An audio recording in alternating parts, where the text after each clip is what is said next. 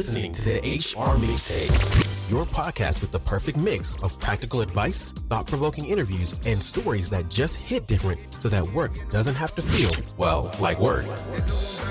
Now, your host, Sherry Simpson. Joining me today is Jennifer McClure. Jennifer is a full-time professional speaker, business advisor, and CEO of both Unbridled Talent LLC and DisruptHR LLC. She helps leaders embrace the future of work and leverage their influence to create positive, lasting change in and through their organizations. She has spoken at more than 350 industry-related conferences, both in the U.S. and abroad, including Europe, Australia, and Asia. Prior to her career as a speaker, she served in various roles as a human resource executive, executive recruiter, and executive coach. Jennifer, thank you so much for jumping on with me today. Yeah, it's great to be back with you. We've done this before, so I guess I get to be a repeat guest. Yes, I love that. We learned so much from you last time when we had you on PCTUI Talks, and we're so glad you're able to join us now on the HR Mixtape. So really excited about that. I thought we could start with maybe learning a little bit more about you and your background and how you got into the HR industry to begin with. Sure. Well, it's a story I've told a few times, so maybe some who might be listening have heard it, but I think it's worthwhile because it does kind of go to how I think about HR and what I'm doing today. So I got into HR back in the old days when it was called personnel. When I was in college, I was a junior. I visited with my advisor and he said it was time to choose a major. And I still don't know why to this day. I had never met someone who worked in personnel. I'd only had one job in a country grocery store that I was hired by the store manager. Never knew anyone in personnel, but I kind of thought to myself, well, I guess I can't be the CEO right out of the blocks. So where can I have the most influence and impact in the organization and have access to the most people? And I said, personnel. So my university didn't have a degree program in that, so I just ended up getting a business management degree, but joined the American Society of Personnel Managers, which was what SHRM was called back in the day. So we have come a little bit further than that. And, started out trying to find a job right out of college in HR, which, as many HR people will tell you, it's very hard to get hired to an entry-level role in HR because they want you to have previous experience. But somehow I ended up talking my way into an HR manager job, and the rest is history. I still believe almost, let's just say multiple decades later, I believe that HR is the place in the organization where you can have the most influence and impact. Yeah, the CEO has got a lot of responsibility, but the things that we do in human resources impact every employee, and you have the opportunity to really have an influence over their lives and the company and its trajectory. So I think it was a pretty wise decision. I'm still down with that. It's so refreshing to hear somebody who intentionally chose to go into HR. I feel like there's so many stories, even my own, where either I was pushed into it or you kind of fell into it or it was a backup plan. And it's just really exciting to see somebody who was passionate from the very beginning. So I appreciate you sharing that with us. Sure. As you think through your experiences and as we've, seen what's happened over the last couple of years for HR, what do you see as some of the key challenges that we're going to face as businesses, the landscape of business continues to change as the future of work continues to evolve for us? Sure. I think I spoke at a conference yesterday to a group of public HR professionals. I said for years, I started again when it was called personnel. It was very administrative. And then for years, we kind of got on the bandwagon of we wanted to be seen as business partners. And then we moved on to strategic business partners. And then we started advocating for seats at tables. And, there were a lot of things that HR and the profession has done over the years to try to get recognition and respect for the work that we do. I think we were headed in that direction pre-2020. There was a lot more, I think, being seen from HR in terms of the value they provided, and many organizations had that strategic partnership role defined, reporting to the CEO, very important person who definitely had a seat at the table and a voice. You don't just need a seat, you need a voice. But I think post 2020, wherever we stand in terms of pandemic phase right now, we really saw that organizations had to reckon with the fact that people are truly their most important asset, and that's not just a phrase on a plaque in the wall in the hallway. And many HR leaders who had not been brought into the decision-making table before were brought in because we couldn't make any decisions or move forward or serve our customers' needs without considering the people aspect. So I think since that time, HR has had a real opportunity. Many have taken a full advantage of that opportunity to add value, to be the people who need to be in the room when decisions are happening and thinking about the future.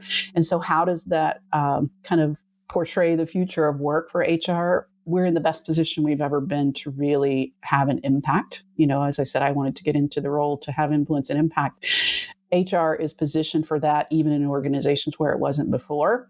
The opportunity also is a challenge, and because it's complex, it's more complex than it ever has been before. The workforce has a completely different attitude post 2020 to how they want to work, how they want to be treated, what they think is important. What they're looking for, both out of life and work. And so that makes HR's job much more complex, both to understand the needs and the wants and the desires of their employees and their prospective employees, but also how to deliver on that while still making sure that we are making profits and that we are, taking the business to where it needs to be. So with great challenge comes great opportunity, or vice versa. With great opportunity come great challenge. But I think I see and listen to and hear from many HR leaders who are excited about that challenge and opportunity and ready to go. How do you see technology impacting that future? I just got back from a conference in California, and obviously there's a lot of talk about AI right now and automation, and those are things that we definitely know we need in our industry, and in a lot of ways it's going to help us. Mm-hmm. But I'm curious, from such a veteran outlook, how do you see technology changing, the future of HR? Well, again, technology has been changing the future of HR for the last a couple of decades at least. I know when I started, everything was manual. I had a typewriter in my office and a bunch of whiteout that I used liberally. So everything was a 3-part carbon copy form back in the day, and we filed things manually in folders. So we've come a long way, I think, and technology has been an impetus for change all along. But again, over the last few years, technology, like everything else, is just exploding and more rapid. And both, again, the opportunities and the challenges are there. I just really want to challenge HR leaders, and I know many people are running full steam ahead with how can we use AI? How can we use the new tools that are available to us? I really challenge HR leaders in the talks that I give and in the coaching that I do. Really pay attention to your consumer experience, how you navigate the world as a human, not in the workplace, but how you use your mobile device, how you use your screens to select content that you want to consume, how you interact with vendors out in the world, how you decide. Last night, I decided I need a new cup. I went on Amazon and ordered a cup within like 10 seconds and it's already here, so it still amazes me. I want groceries. I've been out of town all week. Somebody's already delivered them to my door. I didn't have to go. We need to think about all of those things and then also bring that into the workplace. Our employees want to be able to navigate the workplace similarly to how they do their life. And in the past, it's been much easier to navigate life than it has been to go into the workplace because we're still using triplicate forms and requiring, physical signatures. So I just want HR leaders to kind of be thinking ahead. I've long said that technology is not the responsibility of IT or the CIO. Technology in your organization is a productivity and a communication tool. Whatever tools they are, they're productivity and communication tools. That involves people. So that means you should be right in there in those discussions, and you should be looking for opportunities to either implement new technologies and certainly leading the charge when technologies are introduced into the organization. Like right now, let's think back to our experiences and what we've learned over the last 15 years with social media. In the beginning, HR was like, no social media, everything's blocked. That will be dangerous. Security issues, employees will say bad things. We lost that war. And we will lose the war with AI if we are saying that we can't use that. I'm on a business advisory board to the Department of Defense, the 4 million plus people that are both in the military and civilian employees. And the the DoD is running full steam ahead with how AI and technologies can be used. So any employer out there that's telling me that it's a security issue, if the DoD can say we need to figure this out and not hide, because our competitors certainly aren't hiding or from the technology, they're using it. So we need to use it too. And that's just going to be my challenge for HR leaders. It's out there. You should be looking ahead to see what's new and next. Right now, AI is not new, not next. It's here. How can we figure out how to use it in our organizations? It's interesting. I listen to a lot of podcasts, certainly about AI, but one I listened to recently was with Adam Grant, and he had a college professor who, I don't remember what he taught, and also an AI expert. And Adam Grant, who is also a college professor at Wharton and a best-selling author, was saying he was very skeptical. He hates AI. He doesn't like the content that it spits out. It removes critical thinking. So he shared his thoughts. And then the other college professor said, I require my students to use AI in the classroom. And so they had a really good debate about why we should be embracing it and helping people to figure out how to use it to expand their creativity rather than, accepting what it spits back to us initially. But certainly AI can be used in chatbots in a lot of ways in organizations other than just like what ChatGPT is doing today. So I want to paraphrase something that you just said, because I think it is such an interesting takeaway, is that HR should be in this space either implementing or influencing technology in your organizations because that has a direct impact to productivity and communication of your talent. I love that. I think that is, if you take away anything from this podcast episode, take away that, because there have been so many times in my HR career where you're reacting to things that are rolling out. You don't have a good sense of it. It creates bad employee experience. It potentially lowers productivity and collaboration. So you have a seat in that IT table. I absolutely love that. I want to switch topics a little bit. We are sitting in a space now where our talent market is a lot different than it used to be. Mm-hmm. Expectations from candidates are a lot different. I've talked about on the podcast before that, we get questions now around our carbon footprint and our social responsibility.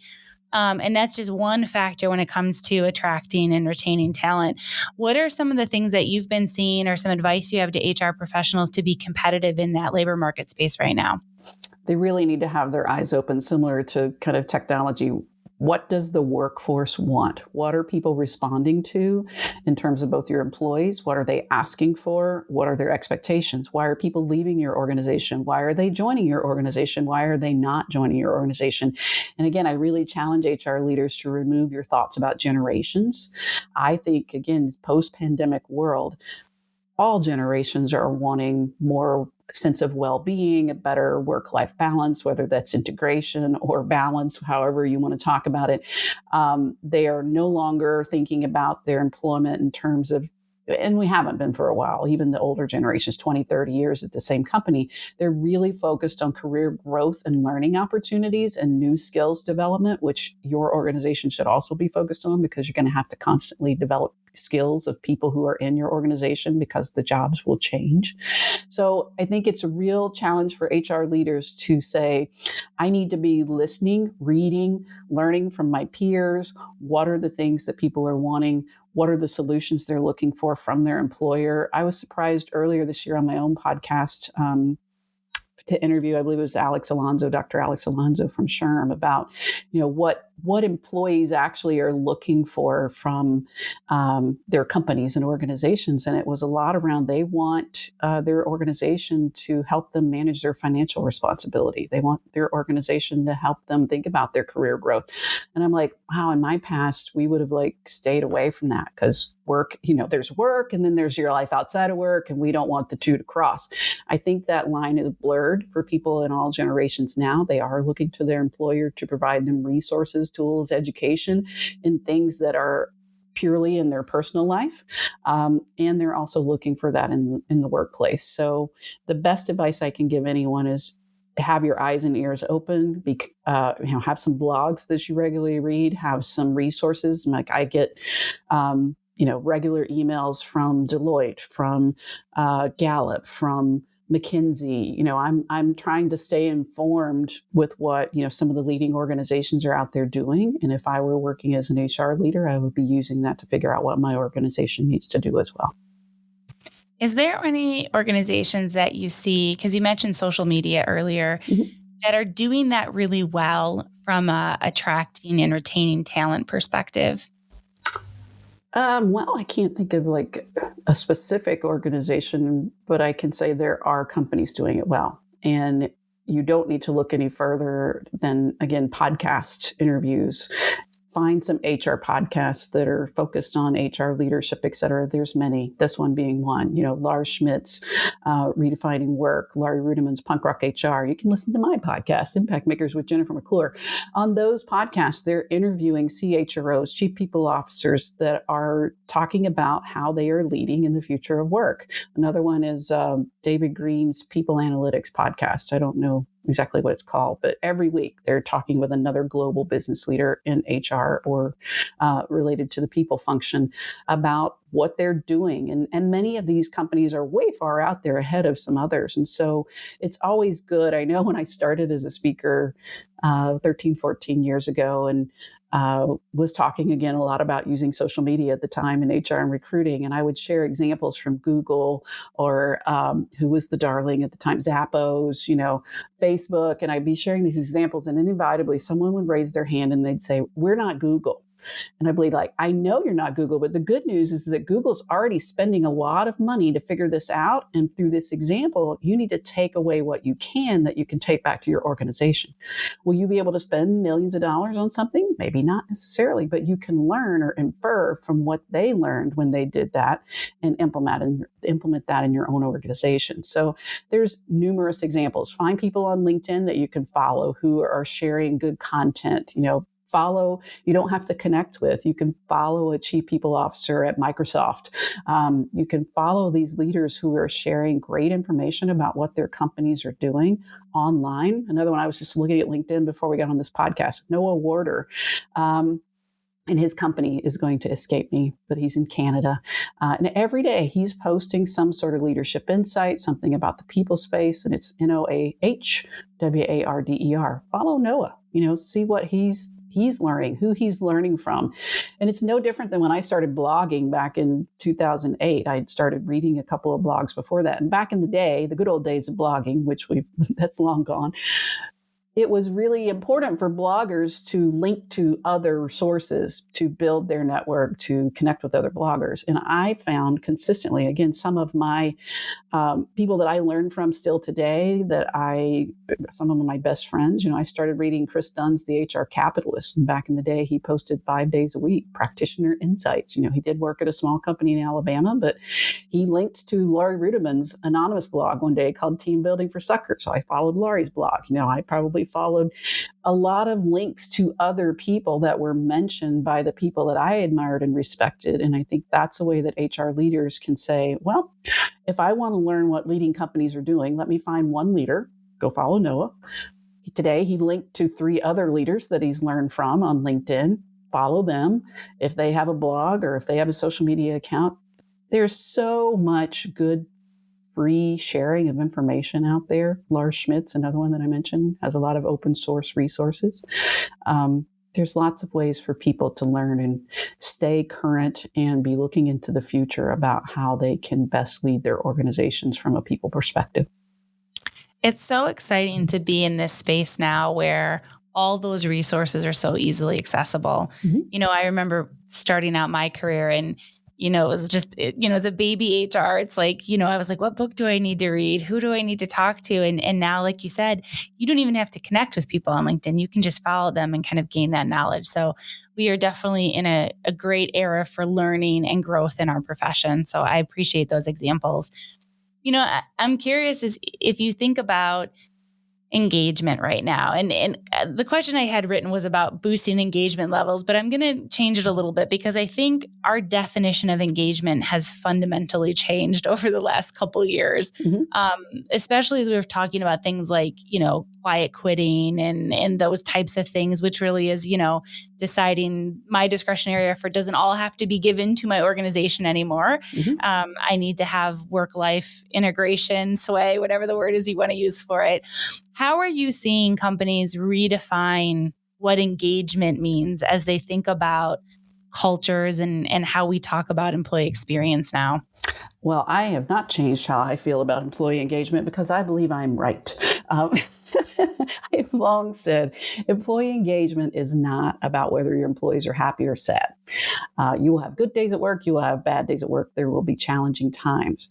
Employee engagement it's a function of whether or not someone feels connected to the purpose and what the company is doing, and that they feel like that the work that they do actually matters. So if I don't show up tomorrow and I'm supposed to be here, it's going to impact both people on my team and my organization and eventually our customers or the people that we provide services to. So to do that, we need to have a clear understanding as our organization and as leadership, what is the purpose of our company? I use the example of during the pandemic, right when the pandemic first started, Indeed.com obviously was pretty heavily impacted because job postings certainly went away overnight because a lot of jobs went away overnight. And I knew people at Indeed during that time, and I was talking with several of them at different times, and they were actually working harder than ever before. And it all was because their purpose, their tagline is, we help people get jobs. And so they were able to rally individually and as teams and as an organization around, okay, our core business model has been completely disrupted, but what can we do? What resources can we provide? How can we help people get jobs? Because that's what we do. And that's more important than ever today. So that was getting people engaged during a really difficult time because they were able to connect to the purpose and the mission of their company and the value that they provided. But each individual was able to do that as well. I'm helping people. So I think it's important to, Laszlo Bach, who's the former SVP of People Operations at Google, says the single biggest thing that you can do at work is to connect your employees to meaning and purpose in their work. So we'll have good days and bad days. But if I feel like I need to push through this because what we're doing matters, then I'll be able to do that. Engagement, I think, also is a function of, there's a lot of studies out there that say the single biggest factor in employee engagement is whether or not an individual feels like their manager actually acknowledges them and sees them and recognizes the work that they do. But that goes back to, I feel that my work matters because my leadership actually tells me it matters as well. So we as leaders need to be encouraging people to connect to that purpose and meaning, and then seeing their efforts and recognizing their efforts. So, I'm sure there's other factors that go into employee engagement, but I'm still going to land on the biggest factor in employee engagement is whether or not someone feels like the work that they do matters. And I've long said I need to find somebody and talk to them. I feel really sorry for the chief people officer at the meat processing plant or the chicken rendering plant, because it's got to be really hard to get people excited about coming to work in that environment. But at the same time, if their purpose is to feed people nutritional, healthy food, or, to find a way to get people connected to that, like John Deere, I think of John Deere, I think of green tractors or lawnmowers, and their purpose statement is around creating opportunities for people to sustain themselves through food or something like that. So they've made it a higher purpose, I guess, is what I'm saying, than a green tractor. I love that. As we wrap up our conversation, and I've always really enjoyed talking with you because I think you are somebody in our HR space who's very authentic about the pros and cons and authentic about your own journey and the things that you're seeing that are working, and also very passionate about your stance on a lot of things. So as you think about giving advice to an HR person who wants to maybe be more involved in the HR industry, maybe start speaking or blogging or getting involved, what are some advice or tips on how they can start to expand their influence outside of their organizations and into our larger HR industry? It has never been easier to expand your influence, to build your network, to become a thought leader in the industry. And it's as simple as sharing what you know. Again, back in the day, it was through blogging. Blogs still work, but you can blog on LinkedIn. You can have a newsletter on LinkedIn. You can post daily on LinkedIn and get a lot of people to see and recognize and value your content. I would say probably half of the speaking engagements that I've already booked this year have been through people who have seen my content on LinkedIn. I have a weekly newsletter on LinkedIn. I know at least a couple of them have come to me because someone read that newsletter, or one of the newsletters that I wrote was the topic that they were looking for a speaker on. There are people like Tracy Spondenberg, who's the Chief People Officer. Tracy posts daily, I think, on LinkedIn. Always good content, reflective of, the work that she's doing, human resources in general. She speaks at conferences and events. Julie Turney is another one, Turney. She's started since when I met her through LinkedIn. She was just sharing good content about being an HR practitioner in Barbados. And now she's expanded into having her own business where she helps HR leaders with burnout and self-care, and has a really thriving coaching, speaking, workshop practice. So find some people that you can model from. Tracy and Julie would be great. Again, Lars Schmidt's another one. Laurie Ruderman's another one. I share. Subscribe to my newsletter. Follow, connect with me on LinkedIn. And then learn that it's not as difficult as you think. I know I get in my own way sometimes, like, well, I have to write just the epic tome. That's why I haven't written a book yet, because it's like, it needs to be a New York Times bestseller. No. The last 13 years, people have just been asking for me for a book about what I've been speaking about. It's never going to be a New York Times bestseller, but if 1,000 HR people were able to buy it and it made a difference in their lives, I should do that. So I'm working on that one. Hey, you don't know. It could be a New York Times bestseller. It could be. Short. I would love to be an HR book bestseller. But just start writing, learn from the examples of some of the people that I mentioned there. And just share your experience, share what you're learning. It's an amazing opportunity. If you go to something like the upcoming SHRM Annual Conference, there are a lot of people that I follow, they'll write their daily takeaways. I attended Jennifer McClure's mega session on personal branding, and here's what I learned, and here's what I'm going to do. It's not easy per se to put your thoughts on paper and to sound coherent, but it's not hard. You can share what you learned. Back in the day, I would encourage job seekers to share their job search experience, their networking experience, get their visibility up, through just sharing what they're learning. I became a speaker simply because I was sharing what I learned. I shared my networking experience. I shared my transition experience from corporate into taking on, and going in a different direction. I shared what I was learning about social media. I helped executives learn how to build their LinkedIn profiles back when LinkedIn was new. Those people then started saying, hey, come to my organization or my company and teach my employees how to set up a LinkedIn profile. Tell them about how they can be networking as an introvert. So by sharing what I knew, I started to get asked to share that with others.